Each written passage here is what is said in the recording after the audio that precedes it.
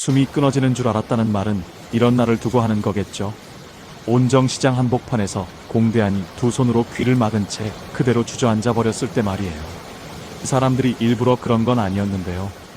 누군가 웃기만 해도 공대한은 그 소리가 자신을 향한 조롱이라고 확신해 버렸습니다. 공대한은 예전에는 누구보다 밝게 인사하던 아이였는데 요즘은 고개를 들지 못하고 벽만 보며 걷고 있었습니다. 누가 옆을 스치면 심장이 덜컥 내려앉고 속삭임이 들리면 다리가 풀려버리더라고요. 그날도 마찬가지였어요. 시장 골목에서 이사 간다며? 라는 말이 들리는 순간 공대한은 숨이 가빠졌고 시야가 하얘졌습니다. 공정하는 그 모습을 보는 순간 심장이 찢어지는 기분이었는데요. 동생을 감싸 안으면서도 스스로를 자책했습니다. 내가 더 빨리 결단했어야 했나? 내가 괜히 버티겠다고 한 건가? 공정하는 이사 문제를 두고 수없이 고민해왔습니다. 돈이 문제였고 무엇보다 한성미의 상태가 걱정이었죠. 무리하게 움직였다가 또 다른 부담을 얻는 건 아닐지 겁이 났습니다. 그런데 공대한이 무너지는 모습을 보고 나니 모든 계산이 의미 없어 보였어요. 공정하는 집에 돌아와서야 눈물을 터뜨렸습니다. 공대한이 방 안에서 불도 켜지 않은 채 앉아있는 걸 보고는 아무 말도 못했거든요. 대한아, 누나가 옆에 있잖아. 그렇게 말은 했지만 공정아 스스로도 확신이 없었습니다. 공대한의 눈동자엔 사람에 대한 공포가 자리 잡고 있었는데요. 그건 위로 한마디로 지워질 감정이 아니었어요. 한편 양씨 집안은 또 다른 긴장 속에 휘말려 있었습니다. 양선출은 한 번 쓰러진 뒤로 오히려 더 단단해졌습니다. 병상에서 눈을 뜨자마자 양동숙을 불러앉히더니 낮지만 단호한 목소리로 말했죠. 이혼은 없다. 내가 밀리면 우리 집안이 밀린다. 양동숙은 그 말이 부담이면서도 이상하게도 위로처럼 느껴졌습니다. 혼자 싸우는 게 아니라는 느낌 때문이었겠죠. 민용길과의 결혼 생활은 이미 오래전부터 균열이 나 있었는데요. 이희경의 존재가 드러난 뒤로는 더 이상 예전으로 돌아갈 수 없다는 걸 양동숙도 알고 있었습니다. 그런데도 양선출은 상간녀 위자료를 반드시 받아야 한다고 주장했습니다. 그 돈이 내 자존심이다. 양선출의 말은 돈을 넘어선 상징이었어요. 양동인 역시 누나 편에 섰습니다. 누나, 이번에 물러서면 평생 약점 잡혀. 양동익은 감정보다 구조를 보는 사람이었습니다. 민용길이 얼마나 계산적으로 움직이는지 알고 있었거든요. 민용길은 점점 궁지로 몰리고 있었습니다. 이희경이 쥐고 있는 녹취 파일 때문이었어요. 이희경은 예전처럼 감정에 기대지 않았습니다. 우리 서로 무너지면 안 되잖아요. 그렇게 말하면서도 눈빛은 전혀 다른 이야기를 하고 있었죠. 그 녹취에는 민용길이 양동숙을 폄하한 발언이 담겨 있었고 그게 공개되면 모든 게 끝날 수 있었습니다. 이희경은 미용실 담보대출까지 받아 위자료를 준비하고 있었는데요. 겉으로는 순순히 돈을 내는 듯 보였지만 속으로는 다른 계산을 하고 있었습니다. 빚을 갚고 끝낼 생각이 아니었어요. 오히려 이 상황을 이용해 더 높은 곳으로 올라가려는 욕망이 생겨버렸거든요. 그 욕망의 방향은 태안이었습니다. 박준혁은 태안 내부에서 입지를 넓히려는 인물이었는데요. 양현빈이 눈에 거슬렸습니다. 실적도 좋고 이미지도 좋은 양현빈은 자연스럽게 후계 구도에 언급되는 인물이었죠.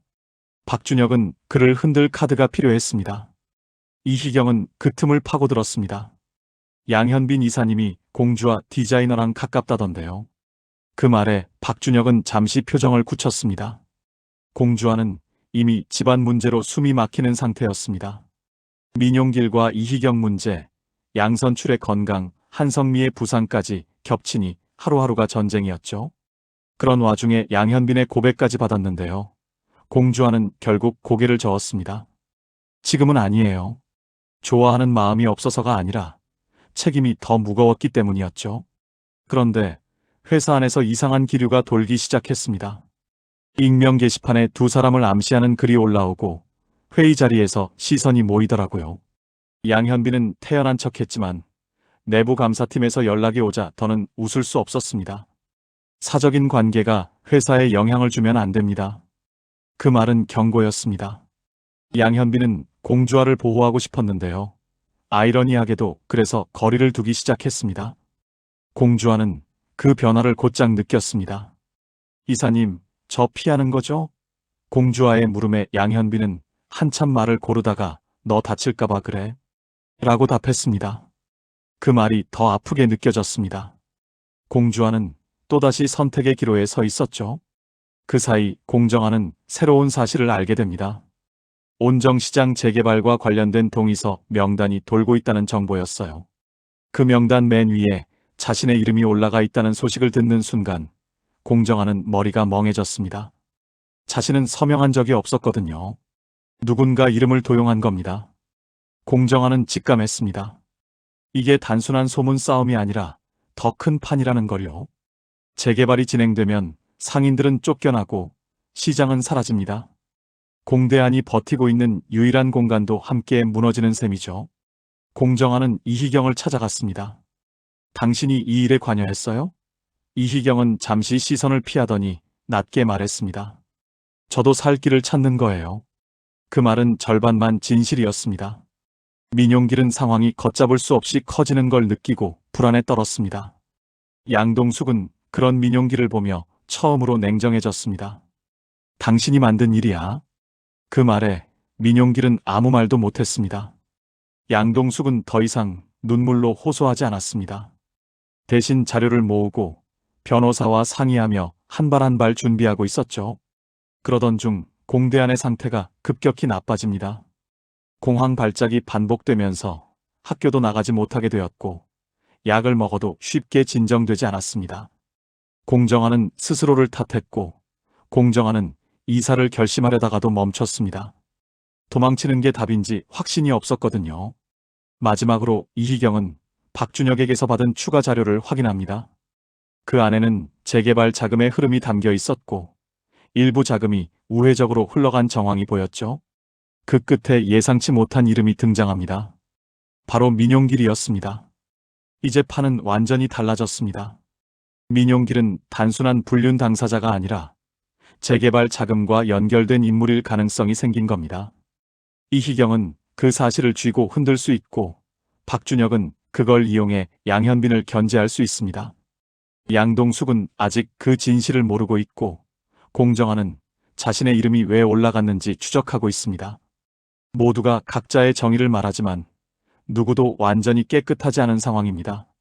공주와는 사랑을 밀어내고 가족을 택했는데 그 선택이 오히려 더 큰 폭풍을 부르고 있습니다.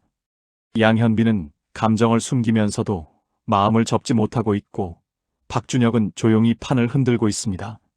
이희경은 생존을 위해 더 깊이 들어가고 민용길은 점점 고립되고 있습니다. 양동숙은 강해졌지만 그 강함이 오래 버틸 수 있을지는 모릅니다. 그리고 공정화는 묻고 있습니다. 동생을 지키기 위해 어디까지 갈 수 있느냐고요. 아직 아무것도 끝나지 않았습니다. 오히려 이제야 서로의 본심이 드러나기 시작했을 뿐입니다. 온정시장의 바람이 점점 거세지고 있는데요. 그 바람 속에서 누가 마지막까지 서 있을 수 있을지 아무도 장담할 수 없는 상태입니다. 한숨이 끊어지는 줄 알았다는 말은 이런 날을 두고 하는 거겠죠. 온정시장 한복판에서 공대안이 두 손으로 귀를 막은 채 그대로 주저앉아 버렸을 때 말이에요. 사람들이 일부러 그런 건 아니었는데요. 누군가 웃기만 해도 공대안은 그 소리가 자신을 향한 조롱이라고 확신해 버렸습니다. 공대안은 예전에는 누구보다 밝게 인사하던 아이였는데 요즘은 고개를 들지 못하고 벽만 보며 걷고 있었습니다. 누가 옆을 스치면 심장이 덜컥 내려앉고 속삭임이 들리면 다리가 풀려버리더라고요. 그날도 마찬가지였어요. 시장 골목에서 이사 간다며? 라는 말이 들리는 순간 공대안은 숨이 가빠졌고 시야가 하얘졌습니다. 공정화는 그 모습을 보는 순간 심장이 찢어지는 기분이었는데요. 동생을 감싸 안으면서도 스스로를 자책했습니다. 내가 더 빨리 결단했어야 했나? 내가 괜히 버티겠다고 한 건가? 공정화는 이사 문제를 두고 수없이 고민해왔습니다. 돈이 문제였고 무엇보다 한성미의 상태가 걱정이었죠. 무리하게 움직였다가 또 다른 부담을 얻는 건 아닐지 겁이 났습니다. 그런데 공대안이 무너지는 모습을 보고 나니 모든 계산이 의미 없어 보였어요. 공정화는 집에 돌아와서야 눈물을 터뜨렸습니다. 공대한이 방 안에서 불도 켜지 않은 채 앉아 있는 걸 보고는 아무 말도 못했거든요. 대한아, 누나가 옆에 있잖아. 그렇게 말은 했지만 공정아 스스로도 확신이 없었습니다.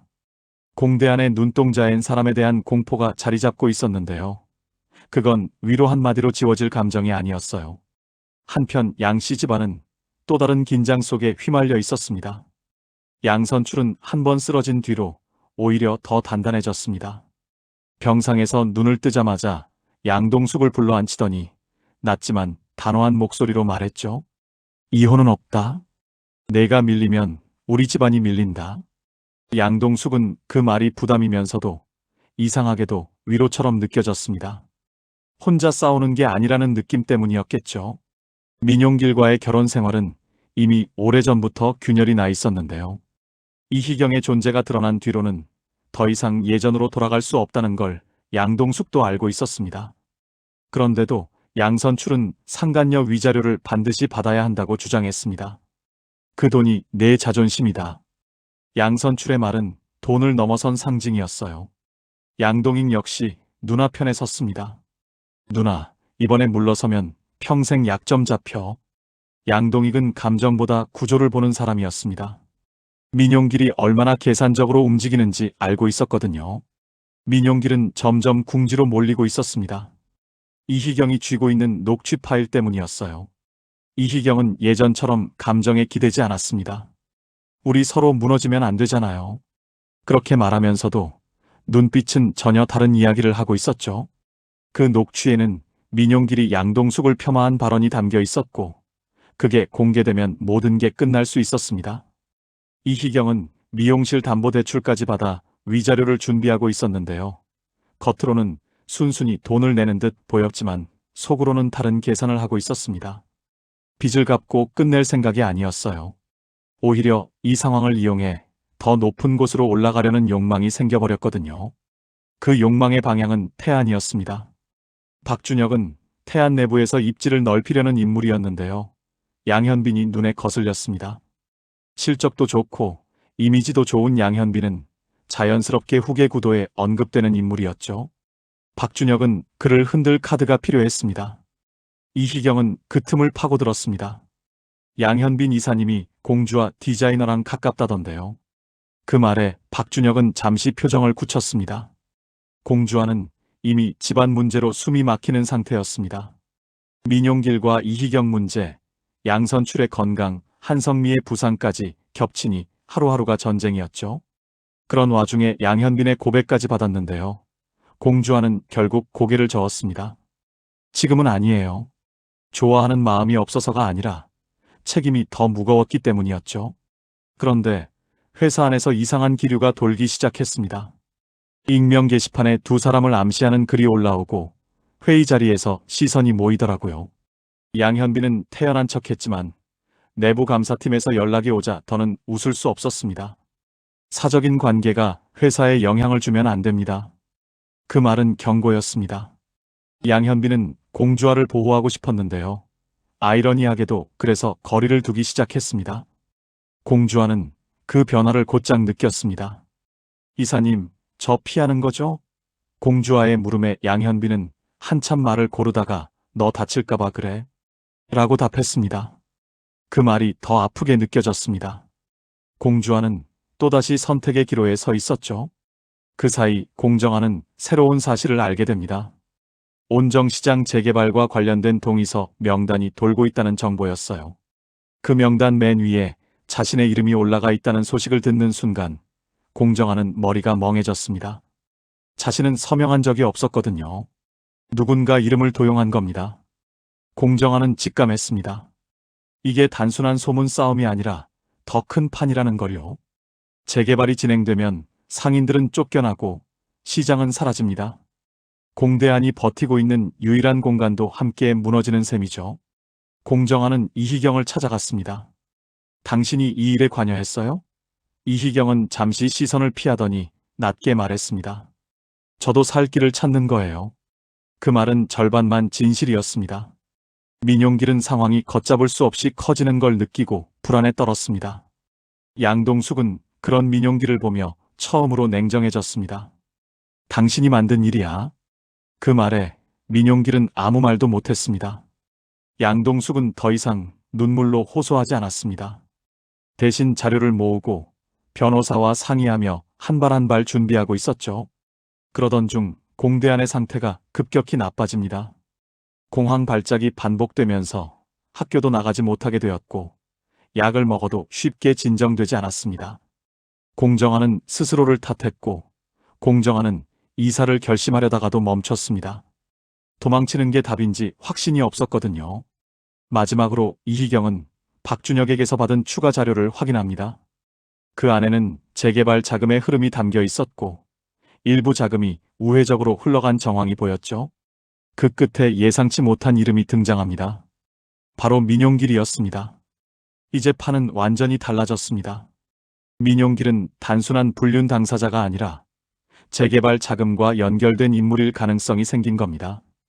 이희경은 그 사실을 쥐고 흔들 수 있고 박준혁은 그걸 이용해 양현빈을 견제할 수 있습니다. 양동숙은 아직 그 진실을 모르고 있고 공정아는 자신의 이름이 왜 올라갔는지 추적하고 있습니다. 모두가 각자의 정의를 말하지만 누구도 완전히 깨끗하지 않은 상황입니다. 공주와는 사랑을 밀어내고 가족을 택했는데 그 선택이 오히려 더 큰 폭풍을 부르고 있습니다. 양현빈은 감정을 숨기면서도 마음을 접지 못하고 있고 박준혁은 조용히 판을 흔들고 있습니다.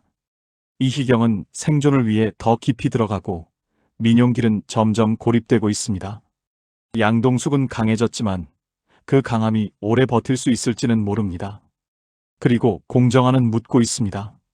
동생을 지키기 위해 어디까지 갈 수 있느냐고요. 아직 아무것도 끝나지 않았습니다. 오히려 이제야 서로의 본심이 드러나기 시작했을 뿐입니다. 온정시장의 바람이 점점 거세지고 있는데요. 그 바람 속에서 누가 마지막까지 서 있을 수 있을지 아무도 장담할 수 없는 상태입니다.